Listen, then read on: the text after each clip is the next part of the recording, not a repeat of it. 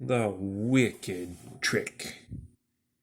Taken from Genesis chapter 27, verse 1 to chapter 28, verse 11.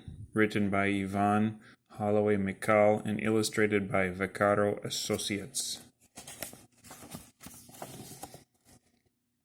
Jacob was cooking while Esau hunted, and thinking of something of Esau's he wanted.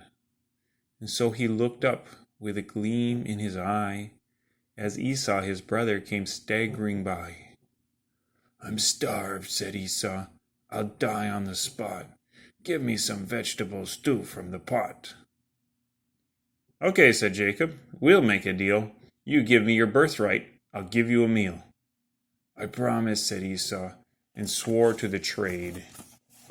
But once, long after the bargain was made, "Psst," said their mother, "Jacob, come here." And she hissed a message into his ear. "Your father may die very soon, so today, this is the secret I heard him say. 'Esau,' he whispered, 'do what I want.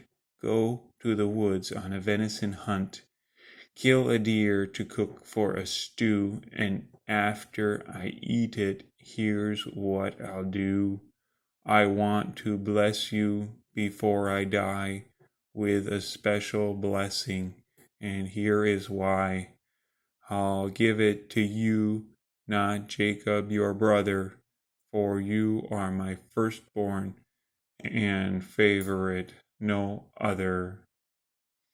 This made Jacob thoroughly mad, but his mother declared, "We'll trick your dad. I've got a grand little plan in my mind, and I think it will work, for your father is blind. I'll make him some meat you can take him," she said, "and he'll think you're Esau and bless you instead. Go to our goat herd and bring me a kid. In fact, bring two." So Jacob did. She boiled them both till they simmered and bubbled. But Jacob was doubtful. His thoughts were troubled. "Suppose, when I give him the meat to eat, he feels my hands and knows I'm a cheat. For my brother is hairy, and I'm not. And he'll know the difference, and then I'll get caught." But his mother was clever, and here's what she did. She put on his hands some skin from a kid. From Esau's clothes she picked his best and gave them to Jacob, and when he was dressed, "Father," he lied, "I'm Esau, your son. Eat this and bless me as soon as you're done." Isaac, his father, before very long frowned, for he knew that something was wrong. "Your voice is like Jacob's," his father replied. "Come," he said sternly, "kneel at my side."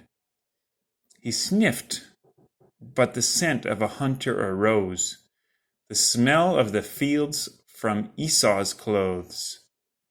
He stroked the hand that lay on his knee. It felt very hairy, as Esau's would be. So Jacob was blessed instead of his brother, and now they were pleased, he and his mother. But then an angry shout, a scream! Esau had learned of their trick, their scheme. He'd returned from his hunt a little too late, and his heart started burning with envy and hate.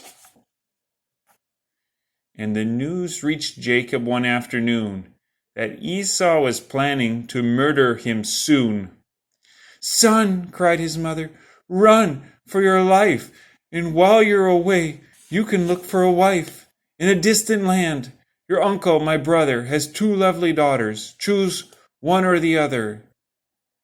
"Yes, go to your uncle's," his father agreed. "It's time you were married. It's time indeed." So Jacob, alone, in the heat of the day, quietly packed and sneaked away. He walked and he ran, always glancing behind. The stones bruised his feet, the dust made him blind.